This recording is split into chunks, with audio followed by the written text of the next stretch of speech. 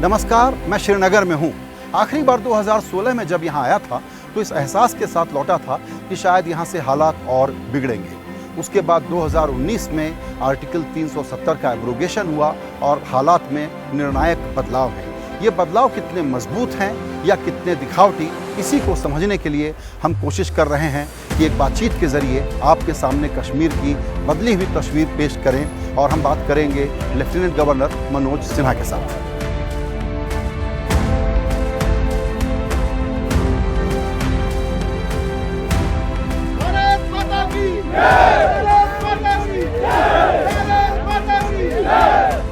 खुदा का शुक्र है कि मर्जी की अब तो सांस भी है, जमीन अपनी, फजाएं अपनी, आसमान अपना, हुकूमत अपनी, अलम अपना और निशान अपना।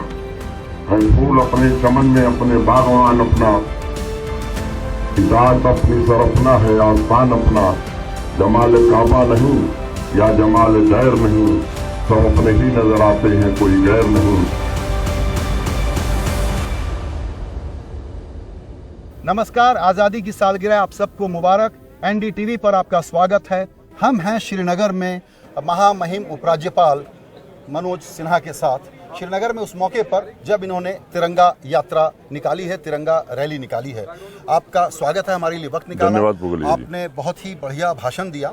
इस वक्त अगर मैं एलजी सरकार से ये पूछूं कि इस पूरे मूड को कैप्चर करना हो तो आपके ओपनिंग रिमार्क्स क्या होंगे? जो सबसे बड़ा परिवर्तन है, मैं समझता हूं कि आज़ादी का अमृत महोत्सव जम्मू कश्मीर की आवाम मना रही है। हर नागरिक बढ़ चढ़ करके हिस्सेदारी कर रहा है और ये एक बड़ा परिवर्तन है जम्मू कश्मीर के लिए। यहाँ का आम नागरिक ये महसूस कर रहा है कि वो अपनी मर्जी से स्वच्छंदता के साथ अपना जीवन यापन करेगा। जम्मू कश्मीर और भारत के विकास में वो भी बढ़ चढ़ करके अपना योगदान देगा। जब परिवर्तन की बात करते हैं तो इस परिवर्तन का जो मूल चरित्र है, ये जो बदलाव है, ये एक पड़ाव है या ये मंजिल के करीब पहुंचती हुई दिख रही है? मुझे लगता है कि जिस दृढ़ इच्छा शक्ति का परिचय भारत के सम्माननीय प्रधानमंत्री जी ने दिया और देश की संसद ने एक फैसला किया, वहाँ से यात्रा शुरू हुई है और आज मैं मानता हूँ कि मंजिल के करीब हम पहुँच गए हैं। और मुझे उम्मीद है कि यहाँ की आवाम के सहयोग से मंजिल भी हम प्राप्त करेंगे। प्रधानमंत्री जी के मार्गदर्शन में निश्चित रूप से जो लक्ष्य निर्धारित हुआ है वो हम प्राप्त करेंगे। शुरुआत हुई इसकी 2019 में आर्टिकल 370 के एब्रोगेशन से, और तब एक विवाद था। हमको ये लगता है, एक सवाल के रूप में या एक ओपिनियन के रूप में कहें तो, कि पॉलिटिकल विल हो तो पॉलिटिकल डिस्कोर्स बदला जा सकता है। क्या ये पॉलिटिकल डिस्कोर्स बदल गया है? पुरानी शब्दावलियां बाहर हो गई हैं और नए लफ्ज इस्तेमाल हो रहे हैं? मुझे लगता है कि ये पॉलिटिकल सवाल नहीं है। आपकी नीयत ठीक है, नीति ठीक है, लोगों को अगर भरोसा हो जाए कि नहीं आप उनके हित में काम कर रहे हैं तो निश्चित रूप से डिस्कोर्स बदलता है और वही हुआ है। क्योंकि इसके पहले अलगाववाद, स्टोन पेल्टिंग, हड़ताल, उसका एक कैलेंडर हुआ करता था। अब ये चीज़ें गायब हैं, तो ये अपने आप मार्जिन पे चली गई हैं या कहीं कहीं इसकी कुछ खदबदाहट है? देखिए, मोटे तौर पर स्टोन पेल्टिंग इतिहास की बात हो गई है। बंद काल जो अलगाववादी और आतंकवादी संगठन या हमारा पड़ोसी देता था, 150 दिन स्कूल, कॉलेज, बिजनेस, ट्रेड सब बंद रहता था, वो सब इतिहास की बातें हो गई, वो पन्ने बड़े पुराने हो गए। अब झेलम के किनारे देर रात तक आइसक्रीम खाते हुए, गिटार बजाते हुए नौजवानों को आप संगीत का लुत्फ उठाते हुए देख सकते हैं। ये टूरिज्म तो एक हिस्टोरिकल रिकॉर्ड को तोड़ रहा है और जाहिर है कि जब आप स्मार्ट सिटीज़ की बात कर रहे हैं जम्मू कश्मीर में और इंफ्रास्ट्रक्चर की बात कर रहे हैं, तो जाहिर है कि आपके बड़े बड़े प्लान और होंगे कि विकास कैसे करना है। इस पर कुछ बताएं। पिछले वर्ष 1,88,00,000 लोग आए थे पर्यटक के तौर पर, और इस जो मैं समझता हूं कि आज़ादी के बाद सबसे बड़ा आंकड़ा था।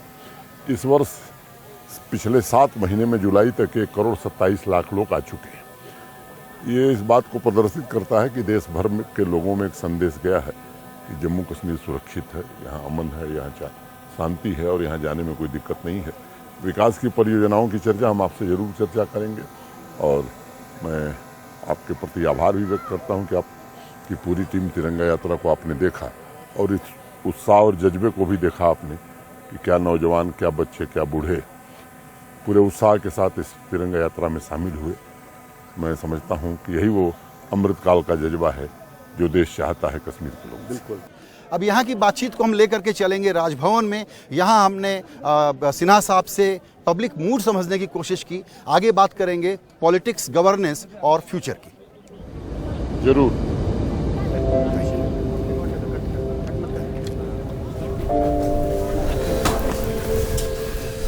नमस्कार संजय जी। आइए आइए। पूरा दिन हमारे लिए बहुत इंटरेस्टिंग आपके साथ बहुत स्वागत है। आइए। सर, आपकी वजह से ये बहुत ही यूनिक, नायाब अनुभव हो गया हमारे लिए जब हम आज़ादी का अमृत महोत्सव और उसका समापन आपके साथ पूरे दिन तिरंगा यात्रा और ये सब देखते हुए गुजार रहे हैं। तो आपने बड़ी इनायत की, आपका बहुत शुक्रिया। धन्यवाद। मुझे अच्छा लगा कि आप और आपके सहयोगी भी तिरंगा यात्रा को अपनी आंखों से देख सके, और मुझे लगता है कि फिर एनडीटीवी देश को बता सकेगा कि देश के बाकी हिस्से में जिस तरह से आज़ादी के अमृत महोत्सव को लेकर के उत्साह है, उससे तनिक भी कम उत्साह जम्मू कश्मीर में नहीं है। ये बहुत बड़ा बदलाव है और मुझे लगता है कि इसको पब्लिक के लेवल पर कितना बड़ा बदलाव है वो समझने की बहुत ज़्यादा ज़रूरत है।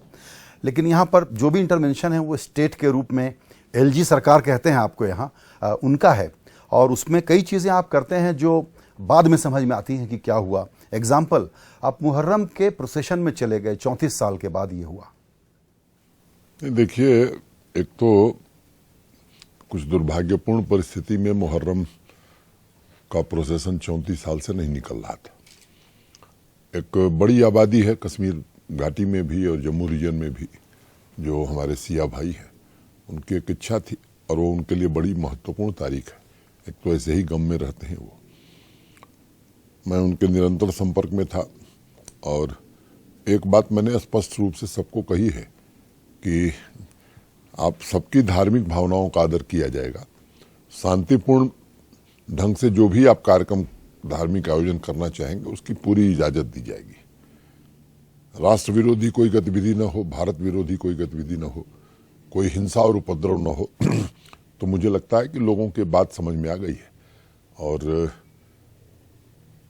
ये मैं मानता हूं कि वास्तव में एक बड़े समुदाय के लोगों की जो इच्छा थी उसको पूरा करने में प्रधानमंत्री जी के नेतृत्व में जम्मू कश्मीर प्रशासन सफल हो सका है।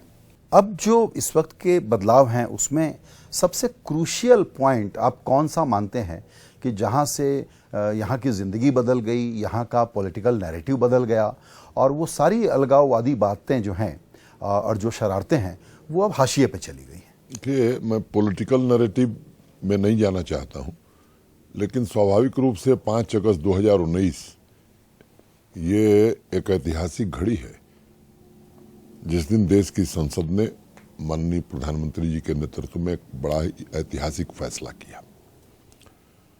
एक संदेश अब पूरे जम्मू कश्मीर में चला गया है कि भाई व्यक्तिगत आलोचना आपको एलजी की करनी है, एलजी प्रशासन की करनी है, कोई कठिनाई नहीं।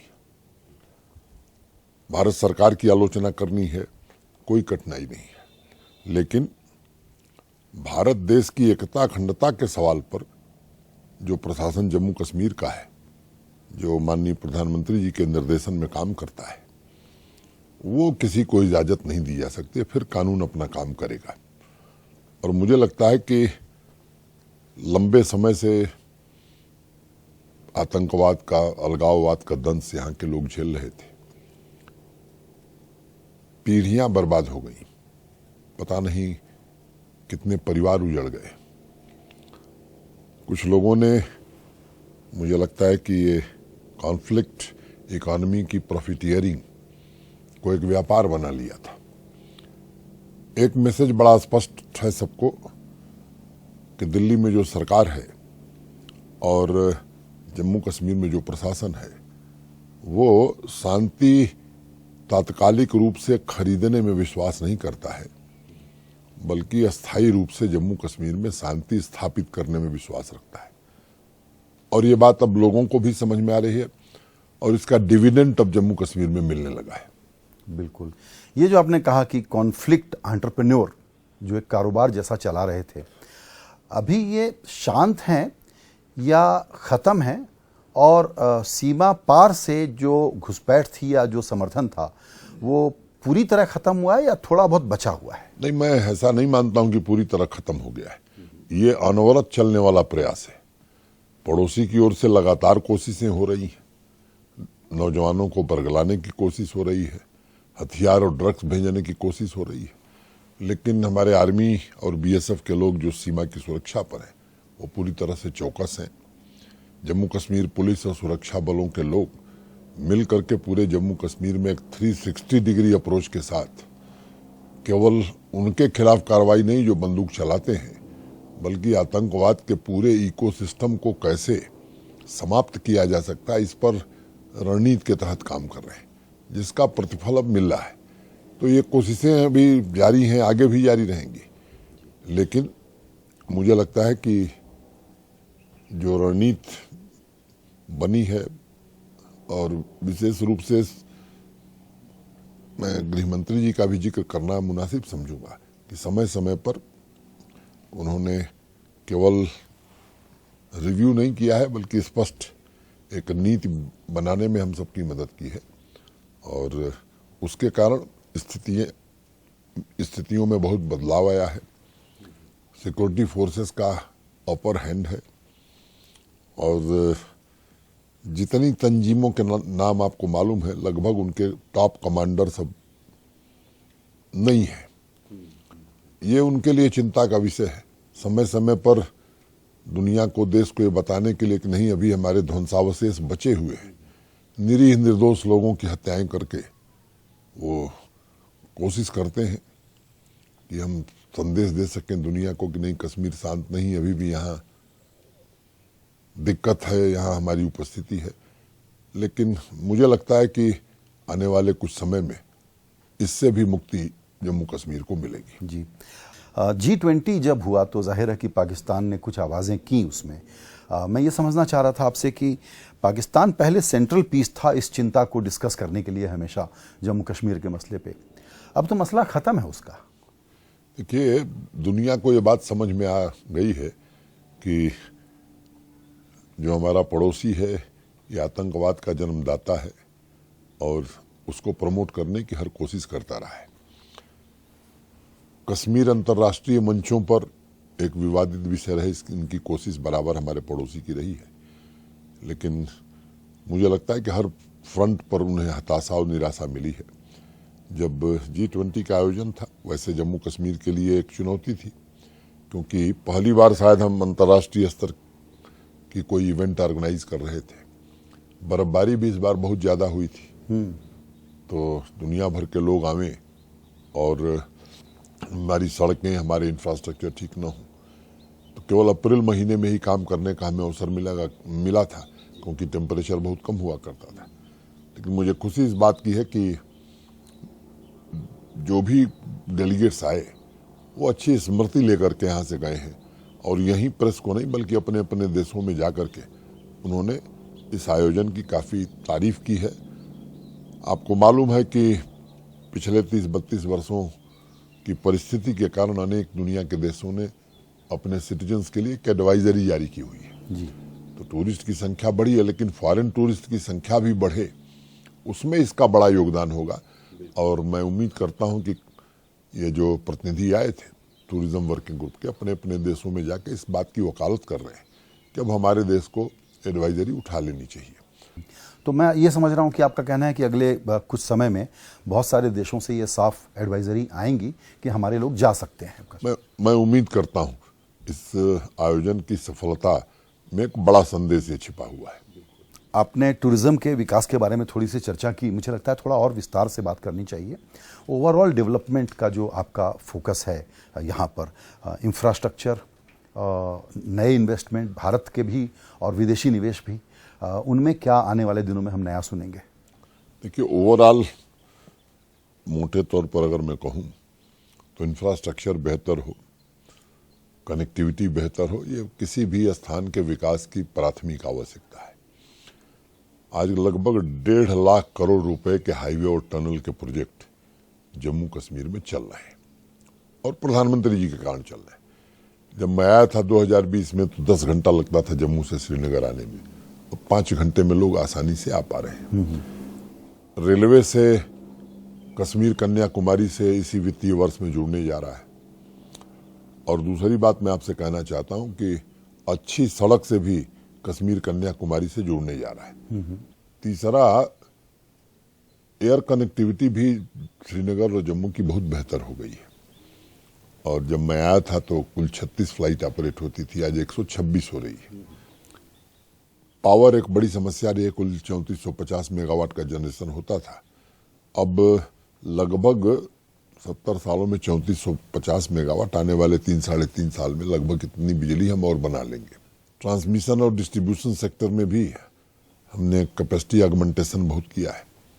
और 2 साल पहले एक आयोजन था विंटर स्पोर्ट्स का गुलमर्ग में, तो वहाँ ऐसे ही मैंने एक बात कही कि वादी के लोगों ने बर्फ और बिजली पहली बार एक साथ देखी है। तो ये हकीकत में बदल गया है। हर घर पानी पहुंचे, नल से जल पहुंचे जो योजना है भारत सरकार की, उसमें भी काफ़ी हद तक हमने काम कर लिया है। हेल्थ पैरामीटर्स को आप देखेंगे तो जो नेशनल एवरेज है उसमें उससे बेहतर प्रदर्शन जम्मू कश्मीर का है।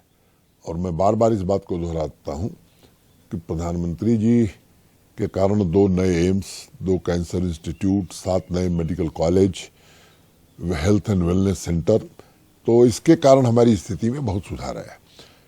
सड़क PMGSY में कभी जम्मू कश्मीर का नाम नहीं होता था, अब हम तीसरे स्थान पर हैं। पहले 6 किलोमीटर बनती थी, अब 20 किलोमीटर हम रोज बना रहे हैं।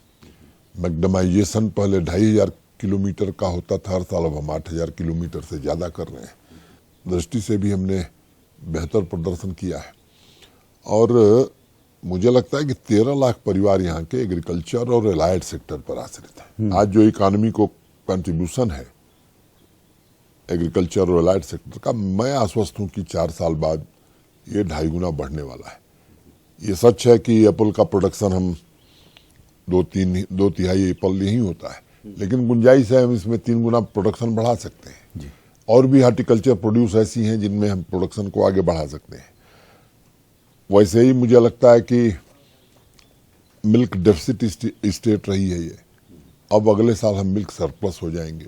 जहाँ तक कि इंडस्ट्रियलाइजेशन का सवाल है, जो बात आप पूछ रहे थे, ये सच है कि आज़ादी के बाद और 2021 तक लगभग 13,000-14,000 करोड़ का इन्वेस्टमेंट प्राइवेट सेक्टर में आया था। भारत सरकार ने एक नई औद्योगिक नीति में कहूँ या न्यू इंडस्ट्रियल स्कीम बनाई यहाँ के लिए। और पुगलिया जी, आज जो इंसेंटिव जम्मू कश्मीर में है देश के किसी राज्य में नहीं है। GST पर 300% का इंसेंटिव है, अनेक प्रकार के इंसेंटिव है। तो प्रस्ताव हमारे पास बहुत आए हैं जी। और आज की तारीख में लगभग 26-27 हजार करोड़ के काम जमीन पर हो रहे हैं।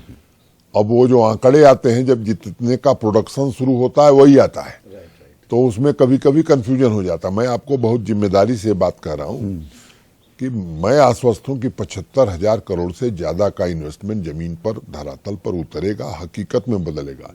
5 लाख से ज्यादा यहाँ के युवाओं को रोजगार उपलब्ध होंगे उसके कारण।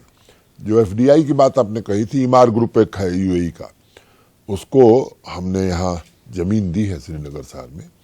वो एक 10 लाख स्क्वायर फीट का माल बना रहे हैं, और एक IT टावर श्रीनगर में और एक IT टावर जम्मू के लिए भी उनको जमीन दी है। एक बात का जिक्र मुझे करना जरूरी है कि हैंडलूम और हैंडीक्राफ्ट यहाँ की विशिष्टता रही है, पहचान रही है। यहाँ की कारपेट जो हैंड वीवन है, और देश के बाकी हिस्सों में मशीन मेड कारपेट बनती है। कभी कभी लोग कंफ्यूज कर जाते थे। अब GI टैगिंग और QR कोड के कारण हमारा जो एक्सपोर्ट घट गया था, अब अपवर्ड ट्रेंड शुरू हो गया। वैसे ही पश्मीना का, स्पोर्ट्स की अगर मैं बात करूं तो आज हमारा स्पोर्ट्स का इंफ्रास्ट्रक्चर देश के किसी राज्य से बेहतर है। और उसमें भी प्राइम मिनिस्टर डेवलपमेंट प्लान के कारण हमें हर जिले में आज आउटडोर स्टेडियम, इंडोर स्टेडियम, ढेर सारे इंफ्रास्ट्रक्चर हमने खड़े किए हैं।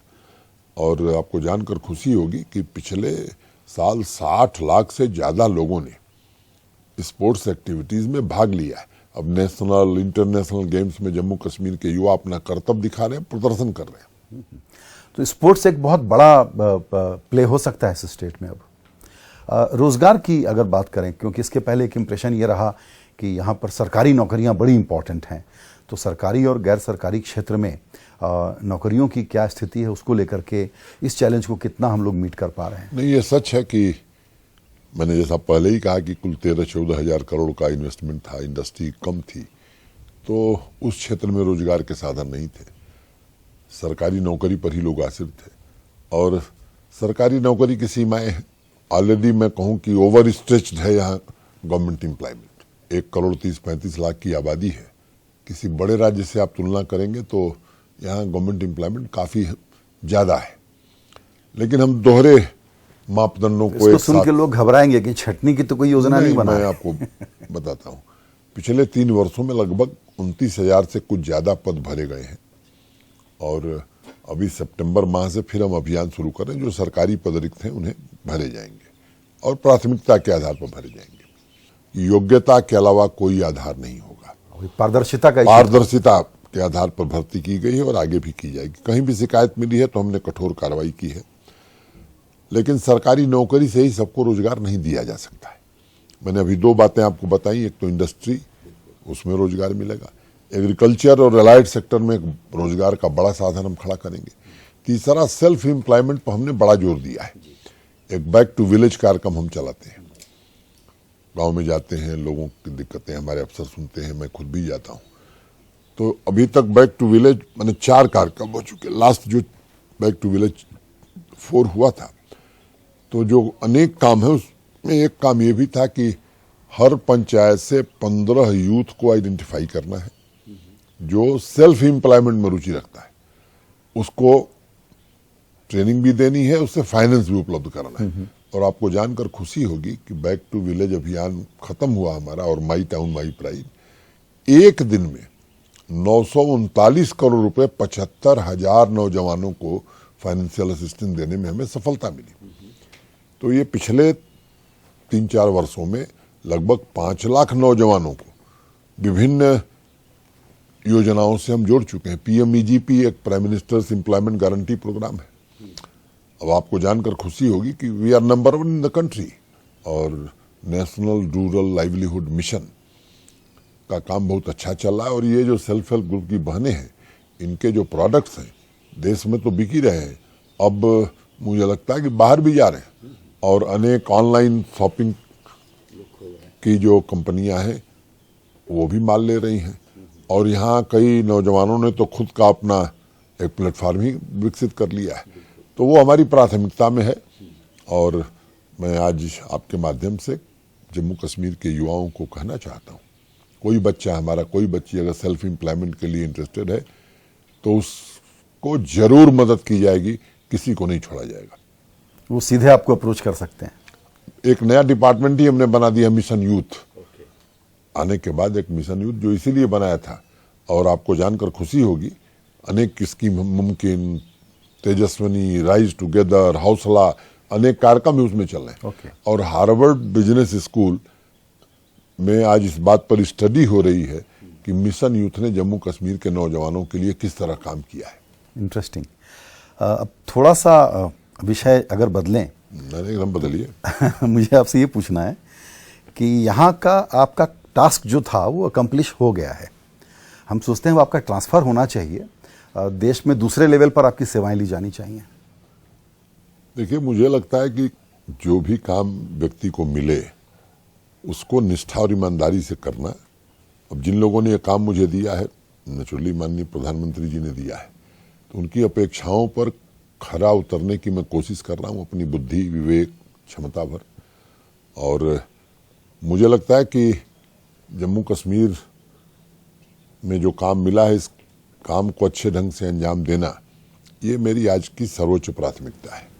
और भविष्य में क्या होगा देखा जाएगा, लेकिन अभी मैं पूरे मन तन से यहीं डटा हुआ और यहीं डटा रहूंगा। बिल्कुल।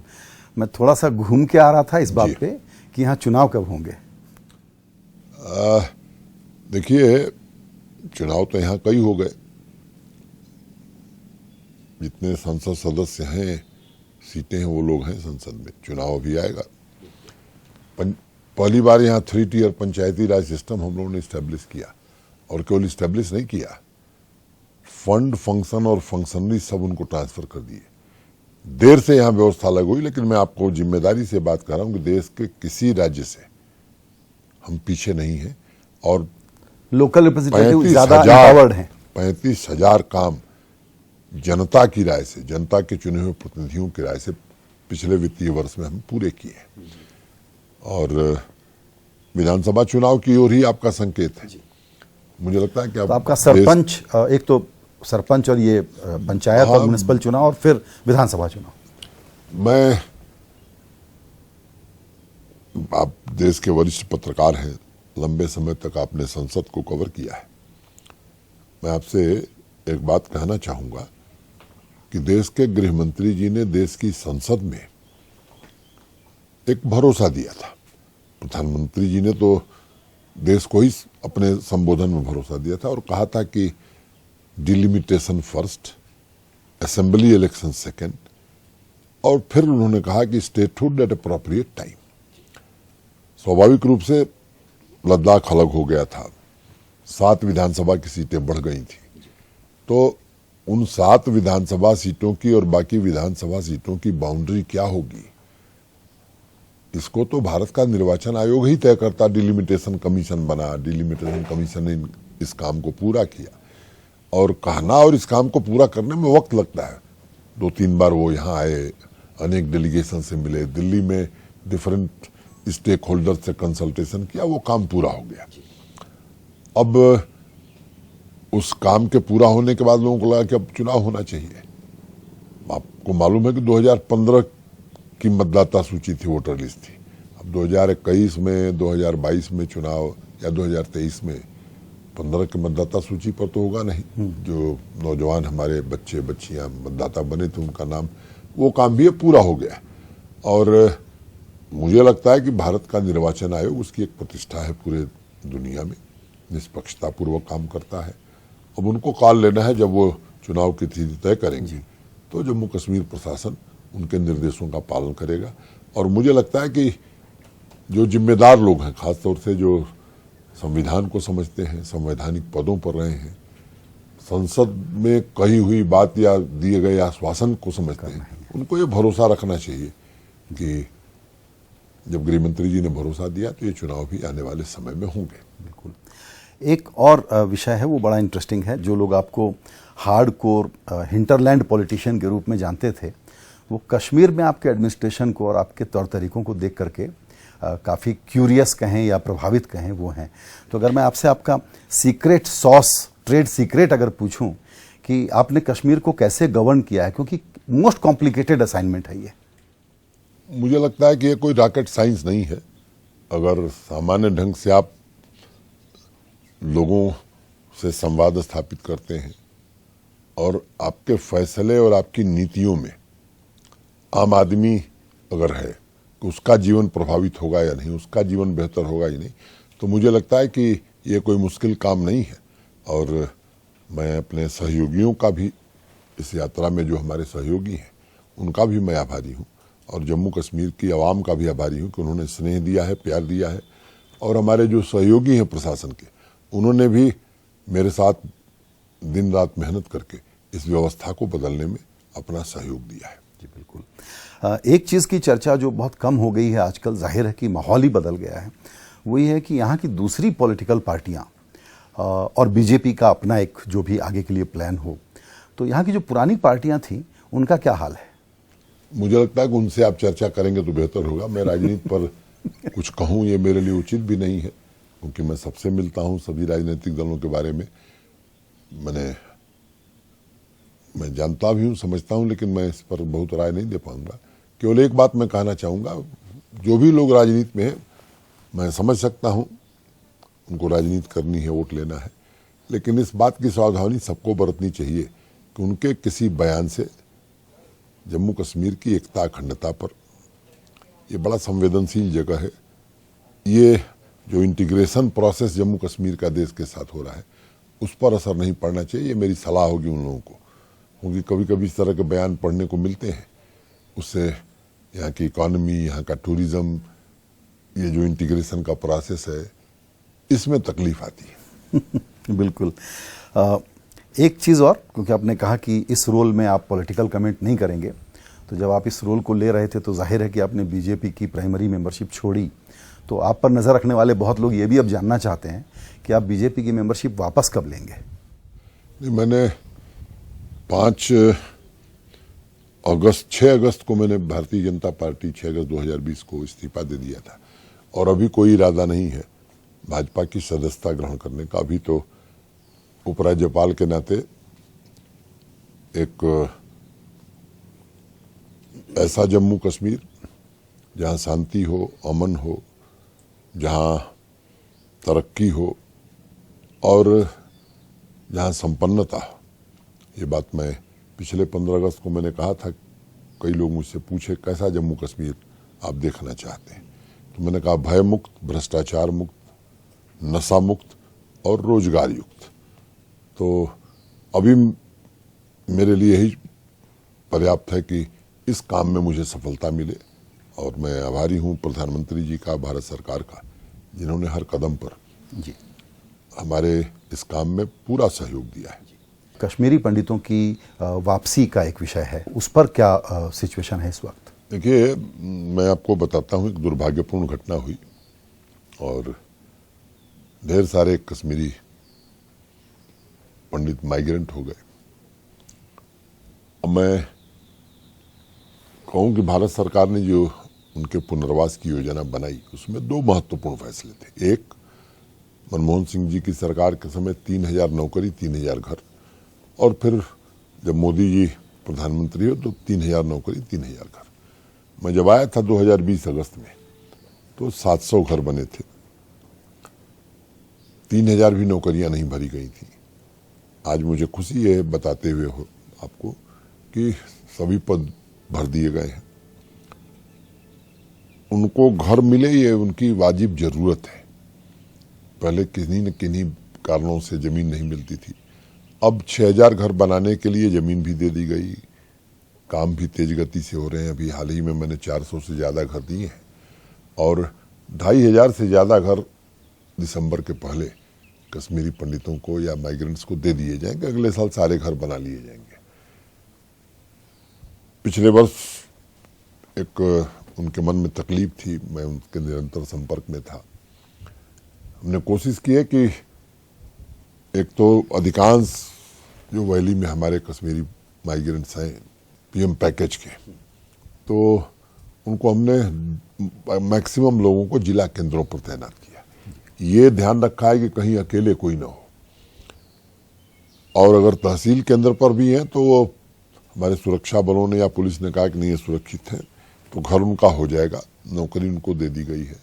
अभी मैंने जहां वो रहते हैं जम्मू में, तो वहां भी कैंप कराया था हमने, सेल्फ एम्प्लॉयमेंट, बाकी स्कीम्स का सैचुरेशन। तो लेकिन इससे अस्थायी पुनर्वास मैं समझता हूं कि जो आप कहना चाहते हैं वो नहीं हो सकता है, ये मैं जानता हूं। अस्थायी रूप से उनका पुनर्वास कैसे होगा, इस कार्य योजना पर भी हमने काफी काम किया है और लगभग मैं कहूं कि उसकी शुरुआत हम करेंगे। एक बार शुरुआत करें तो मैं आपको जरूर उस दिन बुलाऊंगा, और मुझे लगता है कि प्रधानमंत्री जी ये चाहते हैं कि उनका अच्छे ढंग से पुनर्वास किया जाए और हमारी ये जिम्मेदारी है, उस जिम्मेदारी को हम पूरा करें।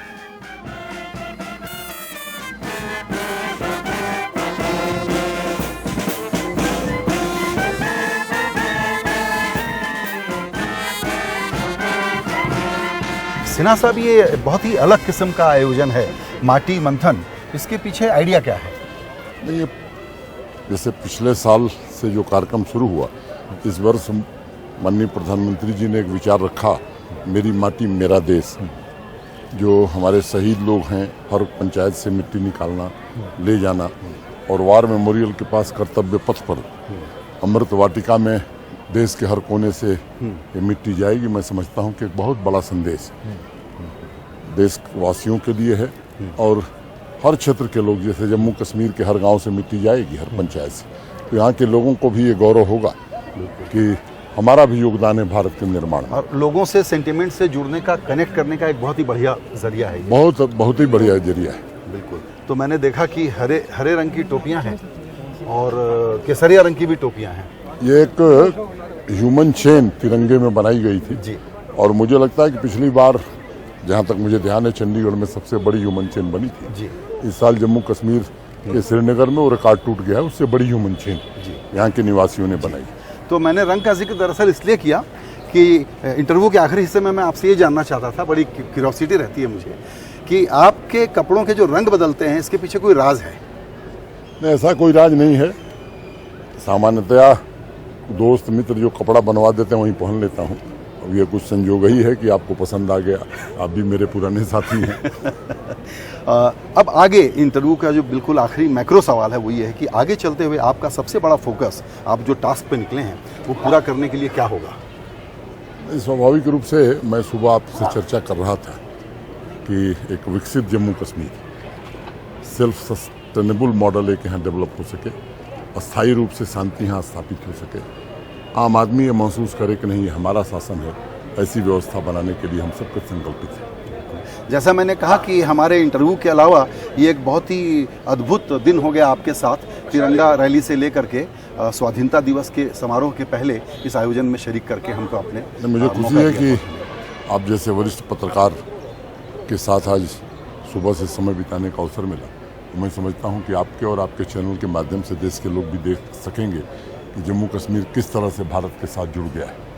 बहुत धन्यवाद। बहुत धन्यवाद।